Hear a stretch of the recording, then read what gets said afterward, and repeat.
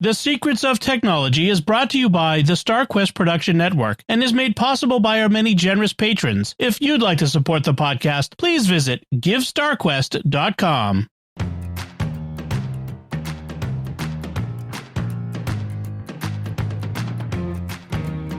Hi, I'm Dom Bettinelli, and you're listening to The Secrets of Technology, where we discuss the technology news that's important to you from a uniquely Catholic point of view. And joining me today on the panel is Tom Grelinger. Hey, Tom. Hey, Dom. Good evening. So we have kind of a fun little topic we want to talk about. It's not exactly the sexiest of tech topics, but it's a necessary tech topic. We'll get to sexy tech topics again when we talk about WWDC next week. All the new Apple shininess we'll get to. And it's not a topic about AI and not about Pope Leo. Right. That was an excellent topic. We had a great discussion. That was a great time. If you folks haven't listened to that, I still think it was one of the finest discussions of the topic that I heard. No, in all humility, because it was from people who both understood the church and understood technology. And there were plenty of people who understood one or not the other who was opining on it. And I feel like we kind of hit the middle ground. So if folks haven't heard that, definitely go back and give it a listen, because I think it was very helpful to me going through it. So that was the last episode, TEC 346. 346, that's correct. So, but this time we're talking about topic browser hardening for normal people. Which will be difficult because I'm not a normal person, but, I will try to be put in the shoes of the audience. So the idea is, what are the practical things we can do to make our web browsers more secure for us because 99% of our experience of the internet for most people is that web browser. Even the email, a lot of people, they do their email through the browser, not a separate email app.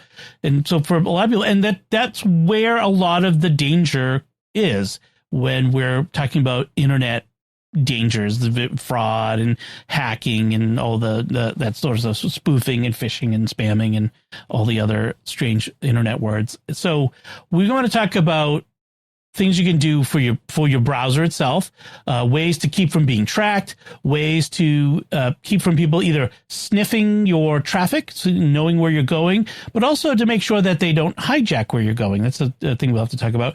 And also extensions. Extensions is big. You can add a lot of interesting functionality to your browser, but you want to have safe extension hygiene. Keep it clean, folks. Keep it clean. Use good hygiene.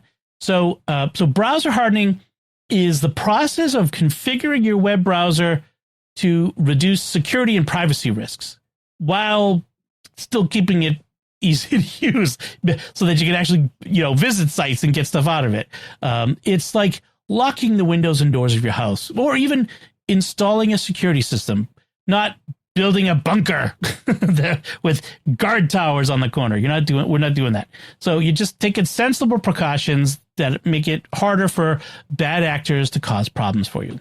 So we should probably name some of the things. Like I kind of threw out some buzzwords, but some of the things that folks should look out for, like malicious websites that try to install malware, phishing sites that are trying to steal your passwords or your credit card or bank info, excessive tracking by advertisers and data brokers, and browser exploits. So sometimes browser exploits are ways to get into your computer through the browser. So it's a vulnerability, and it lets them access your computer itself, or dangerous downloads when they have like malware, viruses, or that sort of thing, deceptive links, and even overly invasive browser extensions.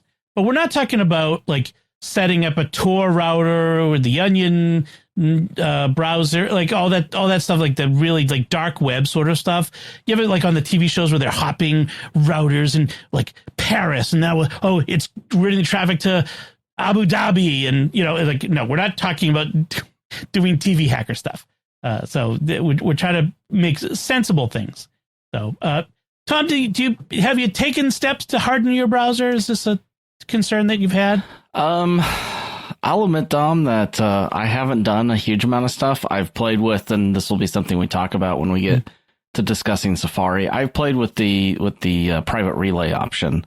Mm-hmm. But a lot of it is I generally know where I want to go, and I know what websites I want to go to, and I kind of just practice safe browsing. So that is probably the philosophy that has kind of kept me saying, okay, and keeping my browser updated. Again, another thing we're going to definitely emphasize here. But yeah, I mean, I would say that for the most part, I will say that I necessarily haven't hardened it. I tend to be kind of the tech person, as I kind of want to experience it as it is. Right. So that's just kind of my philosophy. I'm not saying it's the safest philosophy for most people. Well, and that's the thing. That's the topic is browser hardening for normal folks. Techie people can maybe we can maybe be a little arrogant. I think I'm just talking about myself. Got to be careful not to get a little arrogant about it. But we understand the risks and can avoid them. But like your spouse, your kids, your parents, other people in your life who are not techie, who don't know, they might benefit from your advice on some of this stuff. And I think that's where we're going with that. Yeah. And part of this also is that I have to, how do I put this? In my job, there's a lot of emphasis on security, cybersecurity, and other aspects of the work that I do. And our customers, who our customers are very security conscious. And so it's just a mentality in me of, okay, this is how I'm going to do it. And I'm not going to fall prey to things like phishing that can then lead to browser exploits and that whole thing. So that's where it's just being very self-conscious. So I'm not a normal person either, like you, Dom, in this sense, in that I've gone through enough training, and a lot of my training has come due about this time of year. So I've been through a lot of it, and I still have a little more to do next month. But basically, it's this is heavily emphasized to all of us who work for a tech company. Yep. Is the insider threat is one thing, but it's more of the phishing, whaling, all those fancy terms they use for different kinds of things of trying to take proprietary information from you or secret information from you and exploiting it. And basically leaving you in the dirt or in the dust or however you want to say it. In a bad place, anyway. In a bad place, yes. And that's the key thing is browser hardening. It's not like a product you buy. It's really kind of a mindset or a set of habits and maybe settings that you put, you set in your browser or whatever, and to protect yourself, just so that you are a little safer, a little more private. It doesn't make you perfectly private, where you have to weigh the amount of security versus the amount of convenience. And you could certainly get completely locked down and have no access to anything, but that's, what good is that? So let's kind of go through a bunch of simple changes that you can take. And like in 15 minutes, you'll be safer browsing on the internet. So there are 3 principles. And the first one we kind of mentioned already: keep it updated. Keep your browser updated. Update your devices, whether it's your phone, your pad, your computer. Keep them updates, especially when you see security updates. If the security update comes out, it means there's a vulnerability that's been identified that could get you. So be updated. And vulnerabilities are constantly being discovered and exploited. So and even enable automatic updates. Some techies don't do that, but most normal folks should probably have automatic updates running.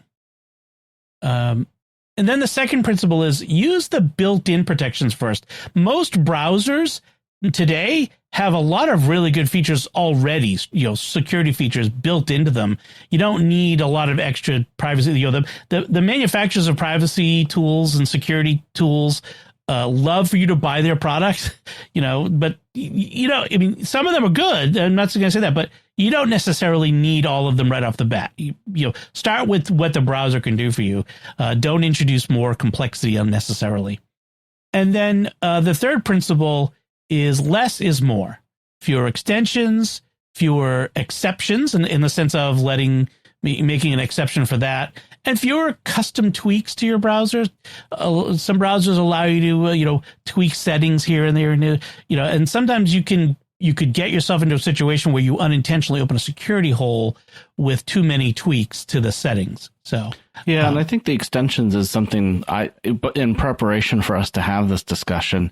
Mm-hmm. I looked at some of I opened up my extensions in Chrome because actually I don't have any in Safari. I just run, you can say, naked Safari without anything extra on it. And but in Chrome, I was looking and I'm like, oh, yeah, Teleparty. That's a way to view.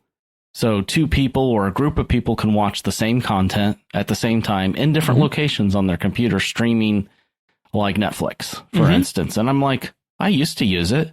It seems like a great extension, but I went ahead and disabled it anyway. So it's one of those things of periodically, it might be best to look at extensions and disable the ones you just don't use. It's just one more piece of overhead. And a lot of times, I mean, Chrome is very good. Google's very good in Chrome in letting you know, I think, which extensions are grabbing information and looking at what you're doing.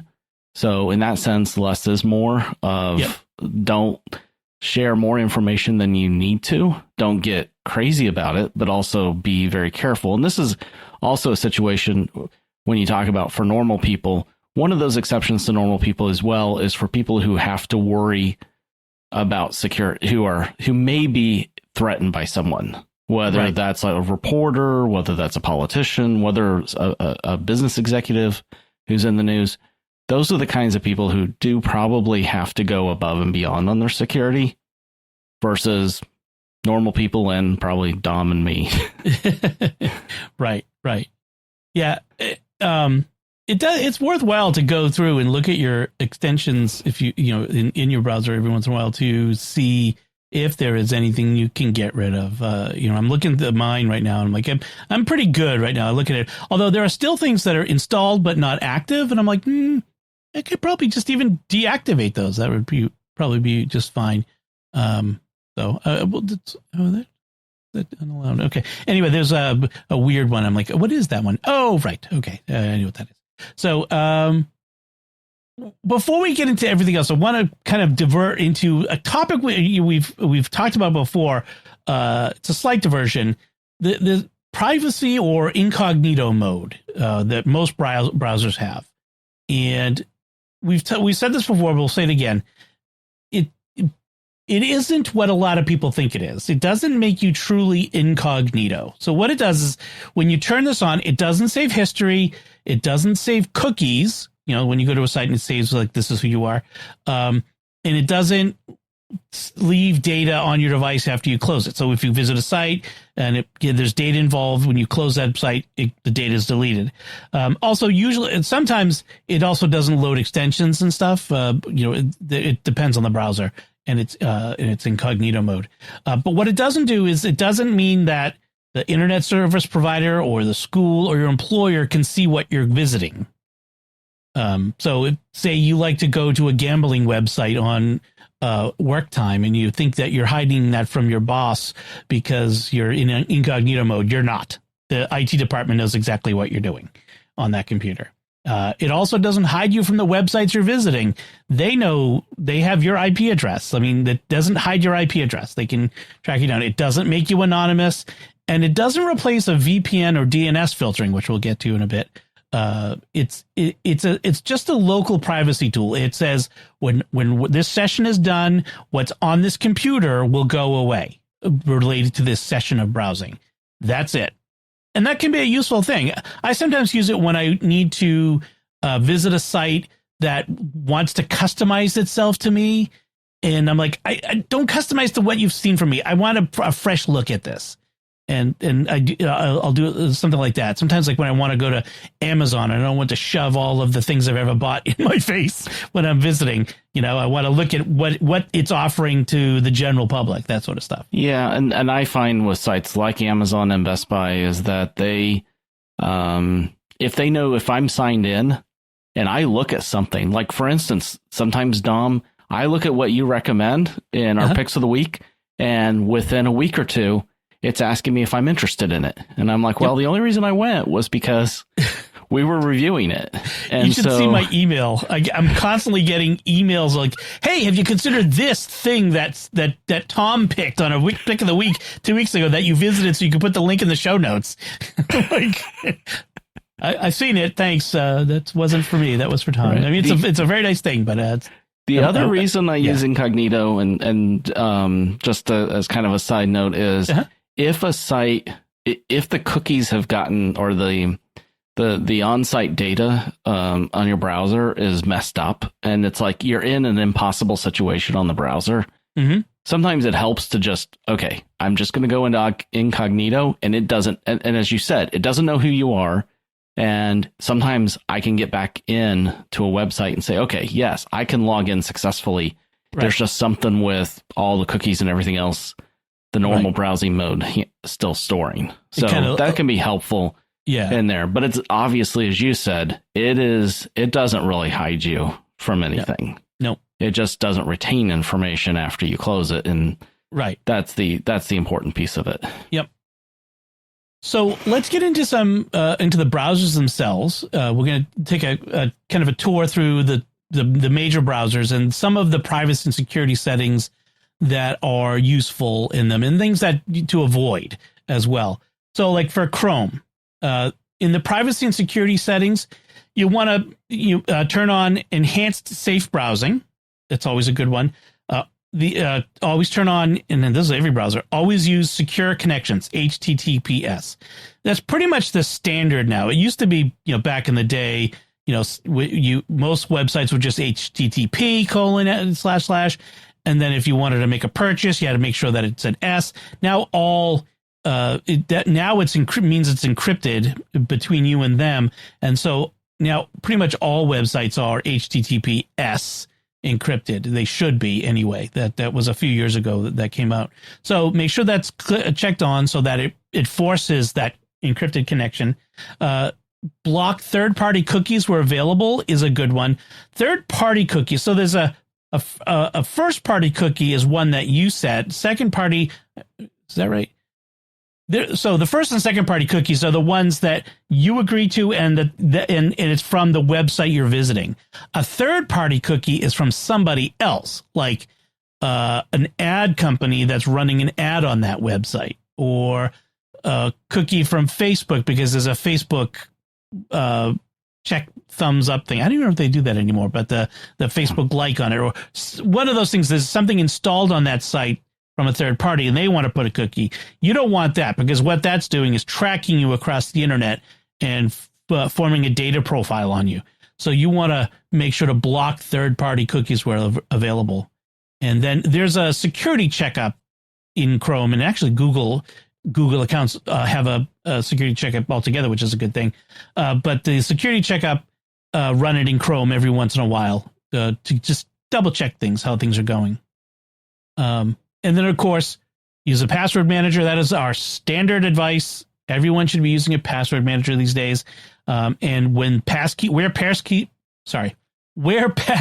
are supported, use them. I love passkeys. I'm using them so much all the time, and it's so much better than having to, even with a password manager, having to deal with passwords and stuff. I just love having a passkey.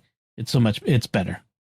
And it's gotten better lately where you can actually do it on one, like for those of us who live in the Apple ecosystem, doing it on one device then carries over to other devices. Because that was one of my things or hangups about passkeys when they originally came out, is like, well, does that mean I have to set a passkey on my phone, a passkey on my iPad, a passkey on my Windows device, a passkey? I mean, and it gets kind of, it defeats kind of the purpose. And over the last year or so, Apple and Google have worked very hard to try to make it much easier for everyone. And what's really nice is if you use a password manager like 1Password or most all the major ones, if you store your passkeys in that and the password manager is cross-platform, then you can use the same passkey in Windows and Chrome and like in all the places, because it's not tied to a particular ecosystem. And that's really nice too. So what not to do? Avoid in Chrome. Avoid random privacy extensions. There are some sketchy extensions in the Chrome store and some sketchy privacy ones. So avoid random ones. If you're going to install one, make sure it's from a well-known software developer, a well-reviewed, it's been studied, that sort of thing. And then it's hard, I know, but avoid disabling security warnings for convenience sake. You know, I'm constantly getting this thing pop up all the time. I'm just going to ignore it. I'm going to turn it off altogether. Well, and put the two together. I know that I've had extensions installed, and then all of a sudden, months later, Google Chrome comes by and says, "Hey, we're disabling this extension. The developer does not meet our criteria for this." Yes. And on a few of those, it's like, "Oh, I kind of like that extension." Well, right. if Google's telling you that it's not a good extension, not only disable it, uninstall it. Yes. And kind of wish that they would catch that earlier and not have to run it for several months and then go, oh. Well, I think they went to they were allowing a lot, and now they are realizing to crack down. They need to crack down. Yeah, they do. So for Firefox, Firefox is pretty good right out of the box, but you want to make sure that enhanced tracking protection is on. That's usually on for most users. I think like out of the box, it's on.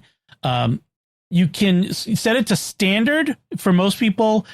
For if you're particularly privacy focused, you'll set it to strict, but you're going to have to be willing to troubleshoot occasional problems, because when it's strict, it will block things that it shouldn't at times. And so you're just going to have to, if you're going to go strict, you're going to have to reconcile yourself to that.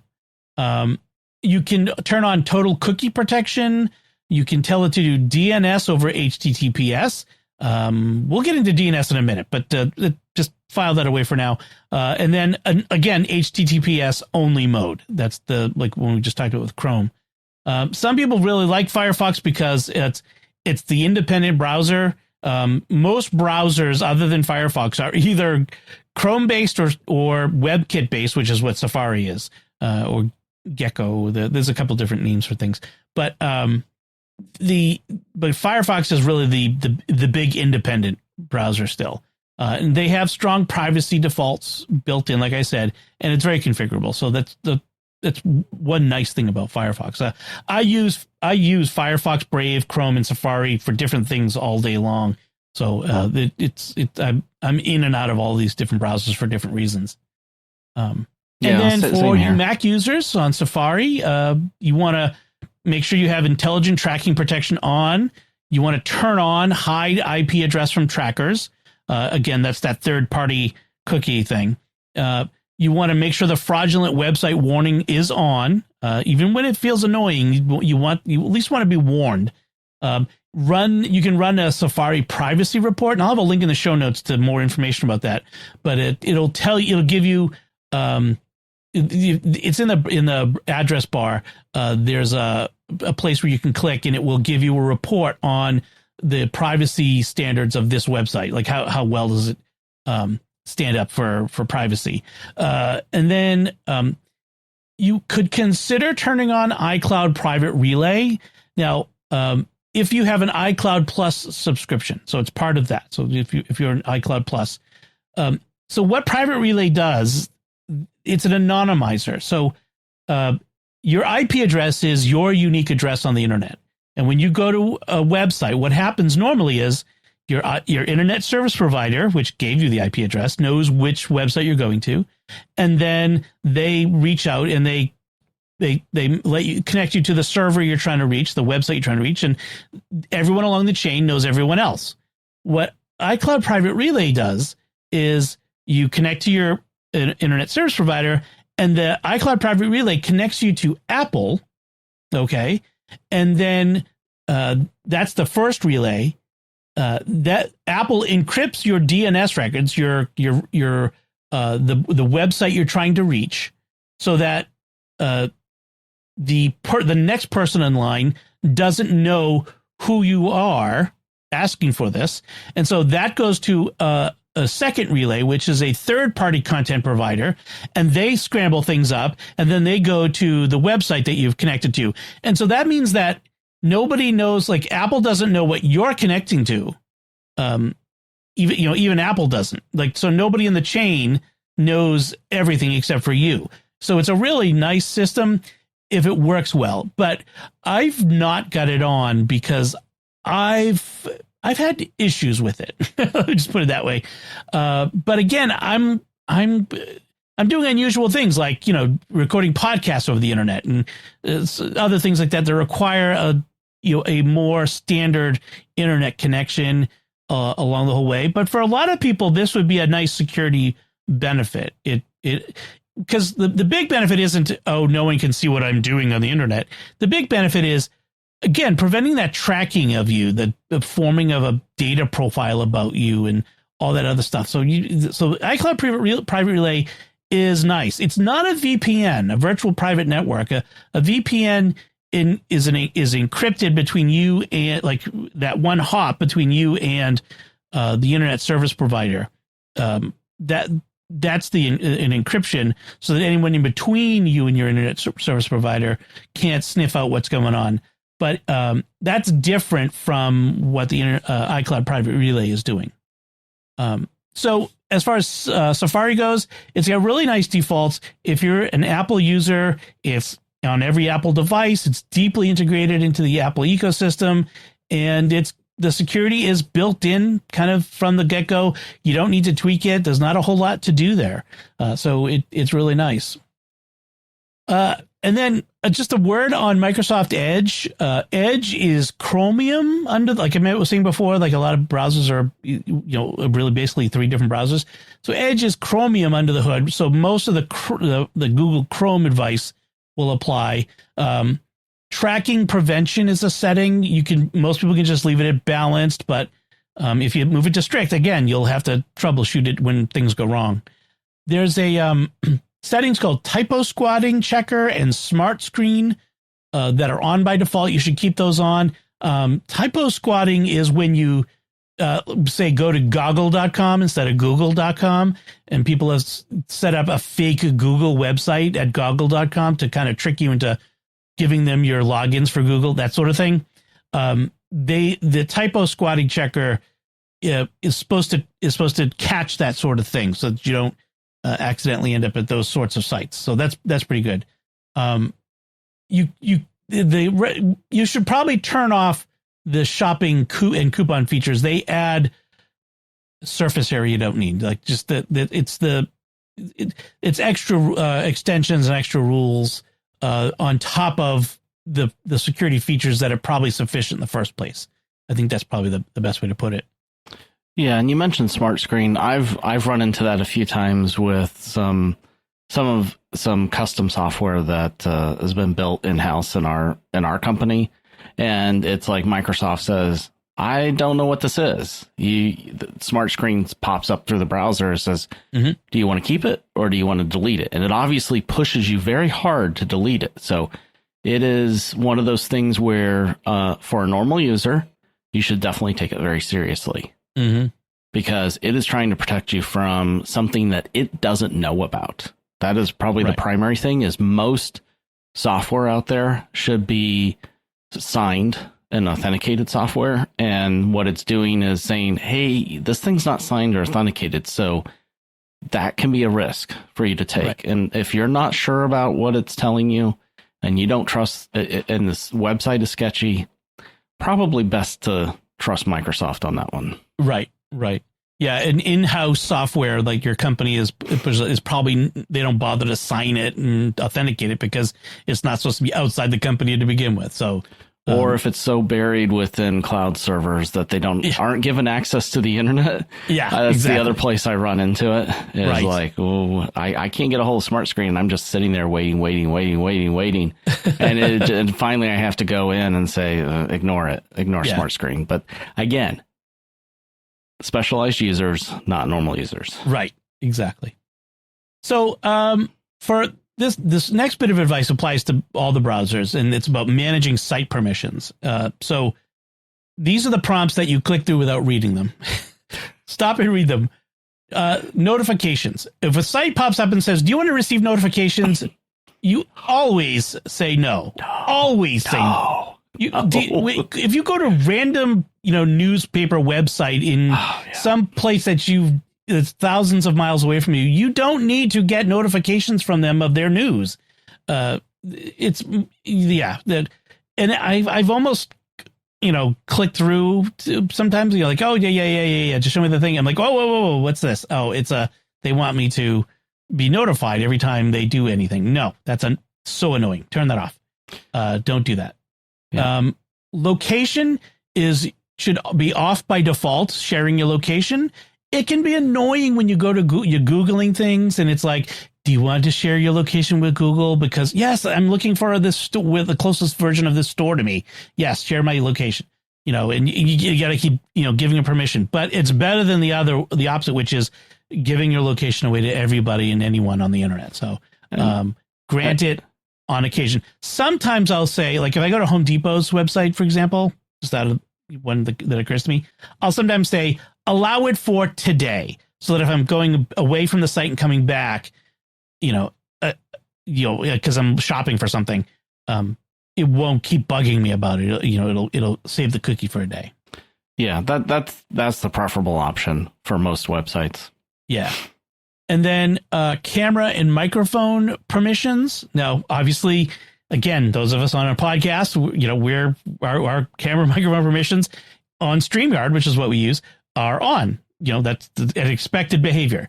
But you want to make sure, like if you use maybe a different site, or sometimes you have to, like you need to verify your identity with certain sites, like government sites and things like that. And they want a camera permission to take a picture of your ID. That's a new thing now.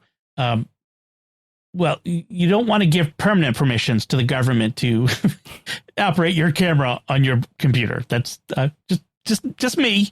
Just I'm saying, you probably don't want to do that. So you want to review the list periodically of what is getting permission to use your camera and microphone. And in general, it should be for this session only. You should never give blanket permissions unless you're one of my podcasters, then give it blanket permissions on StreamYard. And all of those will live under site settings or privacy settings in all the different browsers. So now the next section we want to talk about is probably the most relevant for most people, because most web browsing today is via your phone or mobile, tablets even. But most people are browsing on their phones, not on their computers.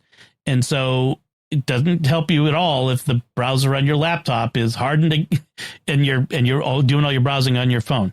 So let's talk about some of the options there. If you're on Apple, iPhone or iPad, Safari is the most locked down on iOS by default. Now,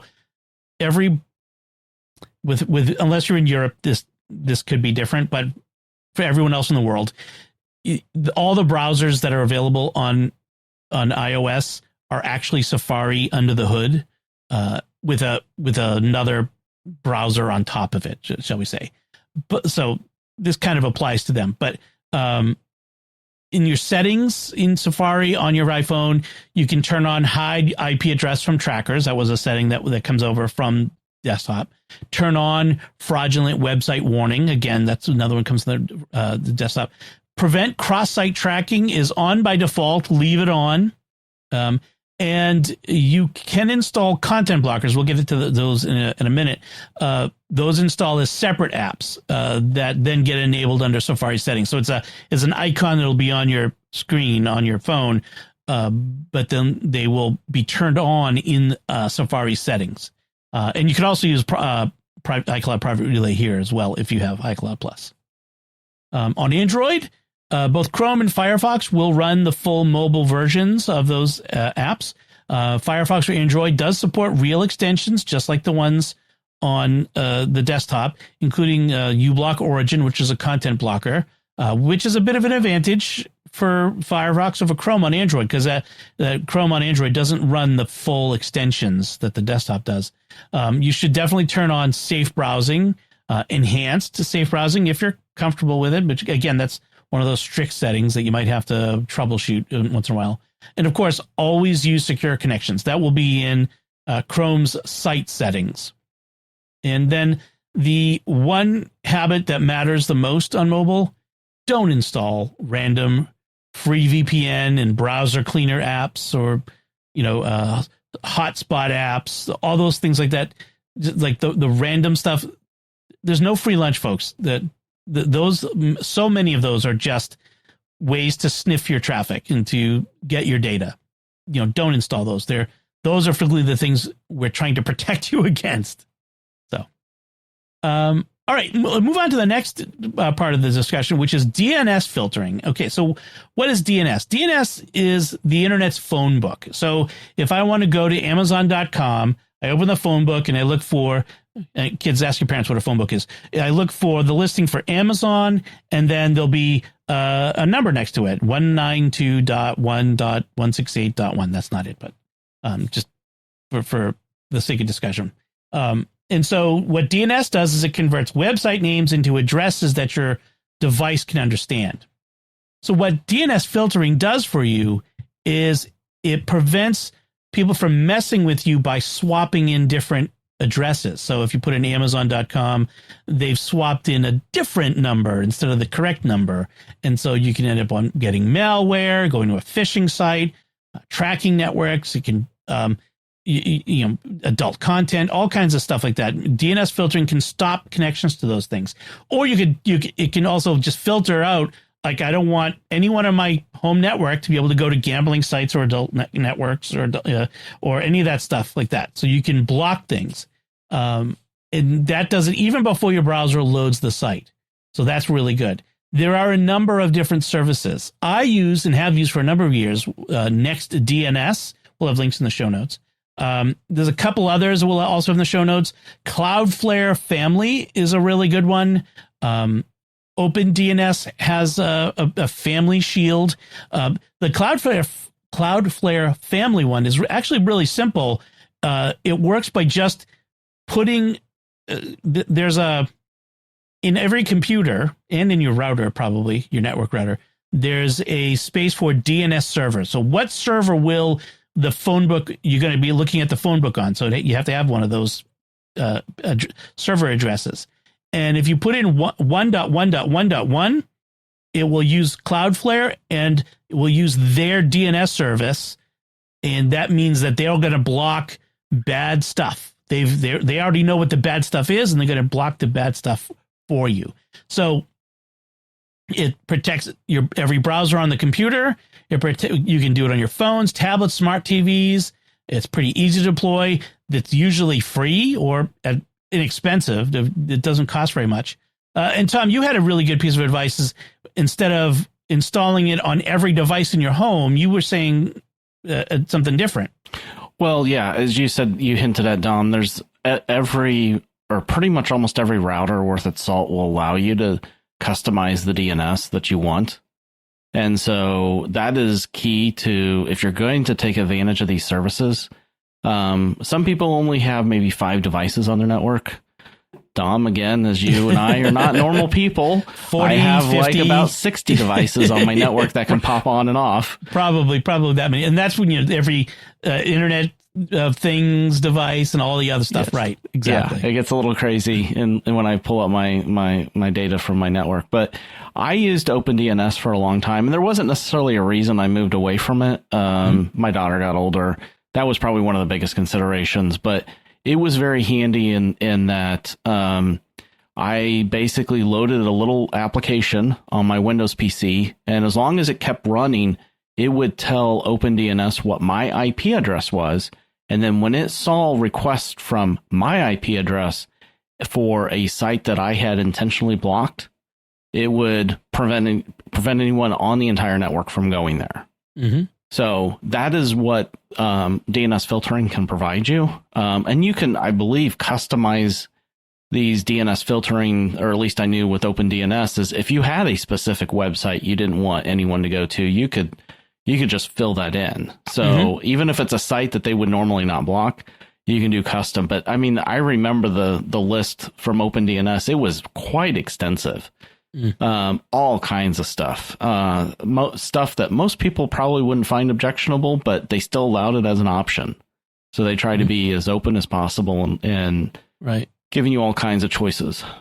Like, yeah, I don't want any of my kids going to the New York Yankees website. You know what I mean? Like, they got to protect them from things. Like, some people, that's okay, but not my kids.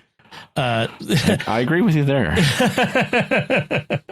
So yeah, I mean, the great thing is if you put it on your router, you can protect every device on your network. And some routers allow you to have different profiles. So like you can say all of these devices get the more restrictive. These are the kids' devices. I don't want them spending their school days on Disney Plus or YouTube.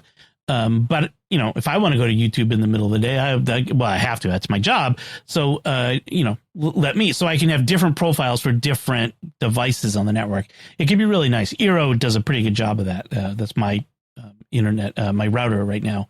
I would say the biggest bang for your buck out of all the things we talk about would be DNS filtering. I think you get the highest security return for the least amount of money and effort. You just turn it on, and you're getting a lot of help, a lot of security with it. Let's talk about extension hygiene. Don't want any of those dirty extensions on your browser. So the first rule is every extension that you install is a piece of software that will get significant access to your browser, which means it gets access to the websites you visit, the contents of the pages, can modify them, in the sense of it could change what's on the page before it loads, so that it's showing you something that's not actually true. It can access data that you enter into a website. So you've got to be really careful with extensions. So definitely you should have a password manager. That's an extension that everyone should have. Content blockers are often excellent. Now, there's a whole thing. Probably the 8,000-pound gorilla of content blockers might be uBlock Origin. And it was pulled from the Chrome Web Store in late 2024, and Chrome disabled the last of the Manifest v2 extensions in July 2025. And now Chrome users get only uBlock Origin Lite, which is a stripped down version. It works, but it's not a one-to-one replacement. And if you want the full uBlock Origin extension, you have to go to Firefox or Brave or one of the other non-Chrome browsers. And Brave is a great privacy-oriented browser, by the way. It's a privacy-oriented based on Chrome, and it has a lot of protections built in. I didn't mention it before, but you can also add ones like uBlock Origin, AdGuard, uMatrix, NoScript. There's a whole bunch. It's why Google removed uBlock Origin is a whole another topic. I think we've actually addressed it once before on the show when it happened. But it's a decent extension. There are divided opinions about it. It's not the only one available out there. So, you have your AdGuard is a very good one that's not all that controversial. So, and what are content blockers? They will block a variety of kinds of content for you. They can block ads, which is controversial because a lot of websites depend on ads to fund them. And so if you want the website to stick around, you need to be able to, that's the bargain you make.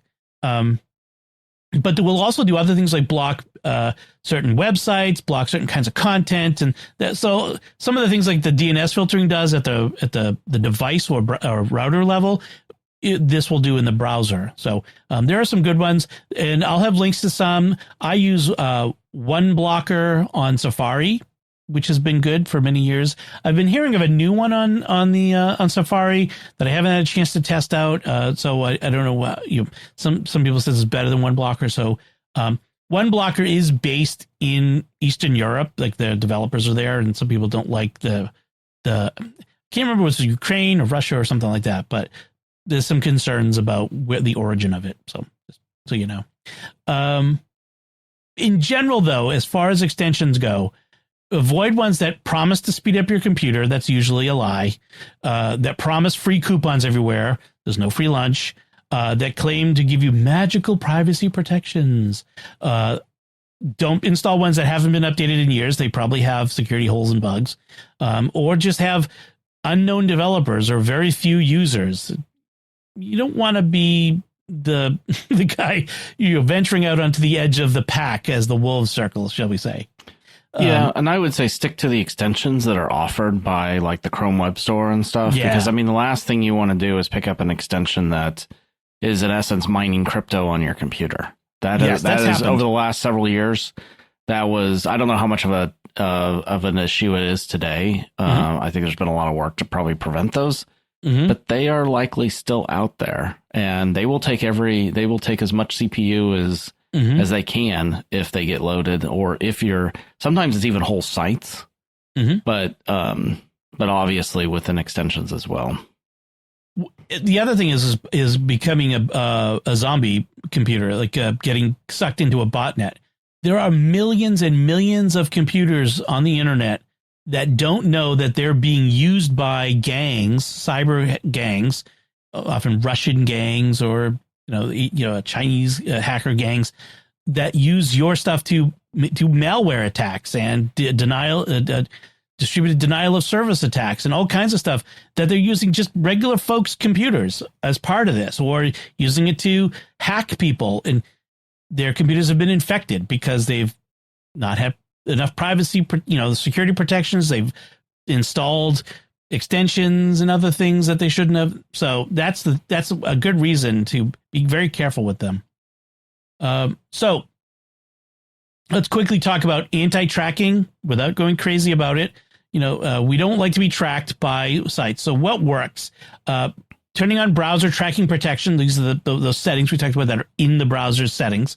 Using content blockers, DNS filtering, a private relay or VPN when appropriate.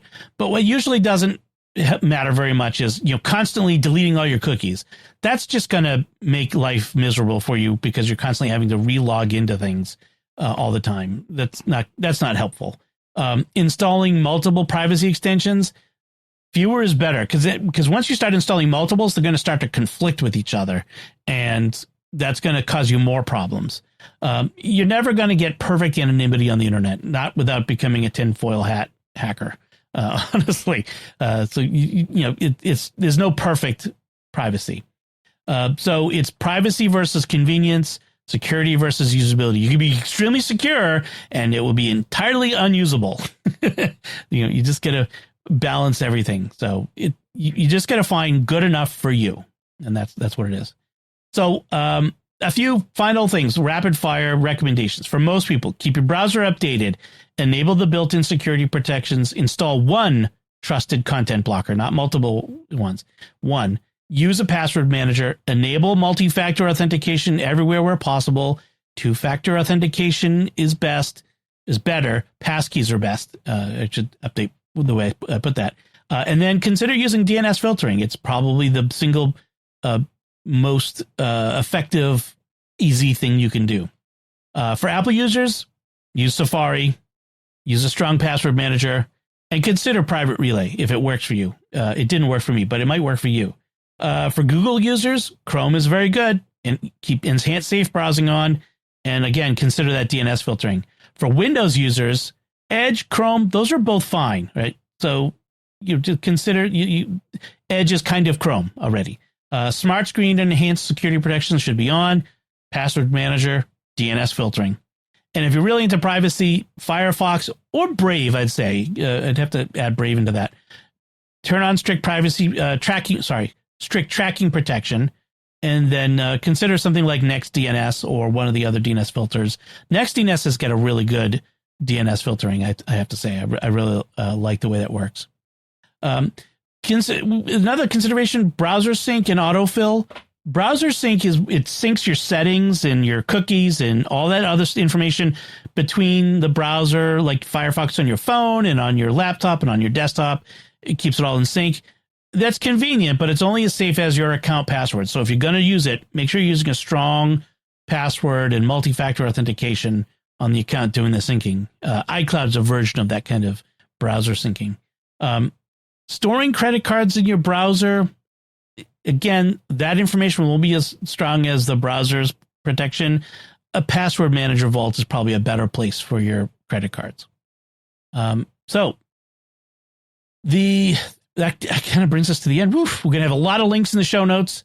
And one last, closing thought. If you're going to set up a computer for your parents or your grandparents today, what browser hardening steps would you actually take? And which ones are the only for enthusiasts, the techies, the tech heads? Consider where your comfort zone is. But again, as with all these things, a lot of people listening to this are already going to have these things on. You got to consider the people in your life and helping them, become more protected. Yeah, I think the one last thing I would add, Dom, is also that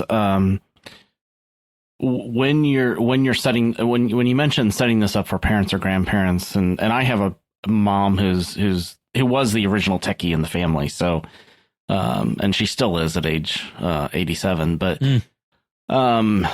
what I would say is stick to, as much as possible, stick to one, at most two browsers, especially in the Apple universe. A lot of times Safari, we all get used to it. It's the default on iOS devices and iPad OS devices, but don't do, I'm going to do, unless you know what you're doing and why you're doing it and you have reasons for doing it. Don't run Firefox and Chrome and Brave and Edge and Firefox, or I think I already said Firefox, Firefox and again. Safari, and if you're on Apple, and because then you're trying to manage all these settings over and over again, and you're possibly going to miss one. Exactly. So that would probably be the thing to keep it simple, is reduce the number of browsers that you use. So on a iPhone or iPad, since the browser engine's the same, just stick with Safari. Unless, there could be a reason for using Chrome because you use that password manager or whatever the case may be. For a Windows PC, stick to one. If you're setting it up for someone who's non-techie, I think that's probably the key thing, because then you set it up once. Yeah, you got to maintain it, but you're only maintaining one, not 5 different browsers. The big reason why a Mac user might need a browser other than Safari is if you need to do things like what we're doing now, which is in-browser video conferencing of one sort or another, because I don't know what Apple's deal is, but they really do not want to implement whatever the standard is for this. And so every service you're going to use is going to say, this doesn't really work in Safari. Yeah. So, and that's why I prefaced, is if you're an Apple user, sometimes you need that second browser. Exactly. I love Safari, but sometimes. And I watch people who demo or were on Zooms at work, and it's like, how many of them are using Safari? None. Yeah. These are hardcore tech people. But yes, they are using Chrome, even though they're on Mac devices. They're browsing in the terminal. In ASCII. Anyway, so if folks have any other questions about anything we've talked about on the browser hardening, we can go deeper on this in many different ways. You can let us know, and we'll revisit the topic. I'm sure there's some areas that could stand being expanded on in the future. So before we move on, I want to take a moment to thank our patrons who make it possible for us to create the Secrets of Technology, including Cecilia W., Susan W., Danny L., Joshua G., and Sean E. Their generous donations at GiveStarQuest.com make it possible for us to continue the Secrets of Technology and all the shows at StarQuest. And you can join them by visiting GiveStarQuest.com. So it is time for our picks of the week. Tom, why don't you go first? What is your pick this week? Well, I've gotten a little crazy in that I have a Mac, I have a Windows PC, a Windows 10 PC that can't be upgraded. And as I've mentioned previously, I think I have set up dual boot Linux, Ubuntu Cinnamon, and was booting it up on the weekend, which is usually when I boot it up, and the monitor didn't work. And finally, I got the monitor to quote unquote work, but it was all very pink and pastel, and it had lots of lines across it. And I'm this Dell 20-inch monitor, 15 years old probably. Gemini told me, yeah, that's about a 16-year-old monitor. And I'm like, okay, yeah, I believe it. And so my pick of the week is the Philips. It's a Philips 24-inch full HD monitor. And since this is not my primary computer, I was looking for cheap, inexpensive. Yeah. And so roughly $75 on Amazon. And it's turned out really well. So I went from a 20-inch to a 24-inch. I had the space in the computer kiosk desk that we have, and it's worked out really well. It has, since it is a lower end monitor, does it have mini DisplayPort or that USB-C type connector? No, it still has HDMI. It has your HDMI, which is your basic adapter, and it still includes a VGA adapter. There are still people who use it. Not recommended if you can use an HDMI or a mini DisplayPort. And it offers 1920 by 1080, so we're definitely not looking at 4K here. Yeah. And it has a VESA mount, so if you wanted to mount it on the wall, you have that option. I didn't choose to do that. 100 hertz, and it's currently less than $75 on Amazon, and that's exactly the kind of thing I was looking at for. Is something simple, put it on a stand, boom, and it just works. And works in Windows, works in Linux, and been very pleased with it. We talked about the home dashboards a few weeks ago, having the family command center. If I got I was talking to my wife about getting another DAC board for the family out in the main part of the house. And it's like something like this would be perfect for that. Doesn't have to be high resolution. It just has to be just big enough to have like the family calendar and the, menu and whatever on it, and, some information. That's all. It doesn't need all kinds of horsepower for $75. That's pretty darn good. Nice. Yeah, and it's nice and bright, and I've been happy with it. It's been a good pick so far. Excellent. So my pick this week is a very Catholic tech pick. This is an app called iBreviary. And so the breviary is also called the Liturgy of the Hours or the Divine Office. And it's the prayer of the church. It's a very old prayer of the church, which the Divine Office allows you to pray at certain hours during the day: morning prayer, midday prayer, evening prayer, the office of readings, all kinds of things. And iBreviary gives you that. It gives you each day's sets of prayers, and the prayers change in a cycle. I'm not going to go through all the details of it, but it changes in a cycle. And it also has the mass readings for every day. It has stuff about the saint of the day. It will, and it can be very complicated how these things, work together. The old paper books, the 4-volume paper book things was like, you had 100 ribbons and you were flipping back and forth, and it was very complicated. This is something perfect for technology to help you with, to make it. And I know there are very many priests and deacons who use iBreviary to pray the Divine Office every day. They're obligated to do that.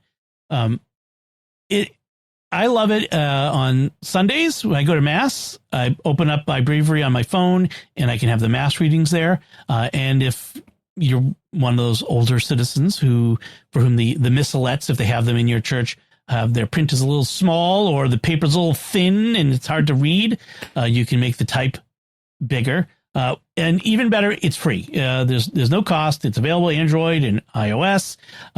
It is connected to the custody of the Holy Land, which is the Franciscans who basically take care of a lot of the holy places in Israel. So it supports their work by donations through iBreviary. So it's a nice thing. So it's free, but they sometimes ask you to donate to the Holy Land, which is a very worthy cause.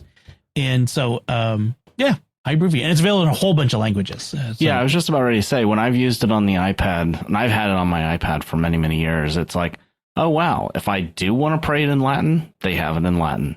You can pray it in Latin, Italian, French, like a ton of different languages. Yeah. Yeah. And they even have it for, like, you can get it for BlackBerry. I'm not sure who still has a BlackBerry, but it's in there. Yeah. So I will skip asking whether it has the new translations. It does not yet. It does not yet. Okay. Because I know we, with Father Joseph, talked about that, I think, about 4 months ago. Yeah. About Liturgy of the Hours. And there's a new translation coming, and whether different apps will get it is an open question. Yeah, he mentioned the whole thing about it. It's kind of like two publishers in the U.S. and one of them being Word on Fire, which I did see an email that second edition is now coming out. So, yep, and then Ascension Press is the other one. And so Ascension, okay. If anyone does an app, I would guess it'd be Ascension. They're pretty techie forward, so it'd be keep an eye out for them. So, those are our picks of the week, and that's it from us this time. We would love to get your feedback on anything we've talked about by sending us an email to technology@sqpn.com.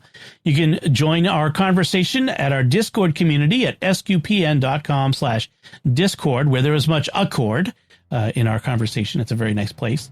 You'll find links from our discussion and picks of the week on our show notes at starquest.fm/TEC347. So there's a little hint. You can find pretty much any show by its show code and episode number. You can find previous episodes at sqpn.com/technology. Be sure to follow The Secrets of Tech. We're on Apple Podcasts, Spotify, TuneIn, in your favorite podcast app, or at YouTube at youtube.com/StarQuestMedia, where you should make sure to subscribe and hit the bell so you get notified of every episode. You can write a review in Apple Podcasts or share the podcast with someone. That helps us grow our community. Until next time, Tom Grelinger, thank you for joining me and sharing the secrets of technology. Thanks, Tom. And once again, I'm Dom Bettinelli. Thank you for listening to The Secrets of Technology on StarQuest.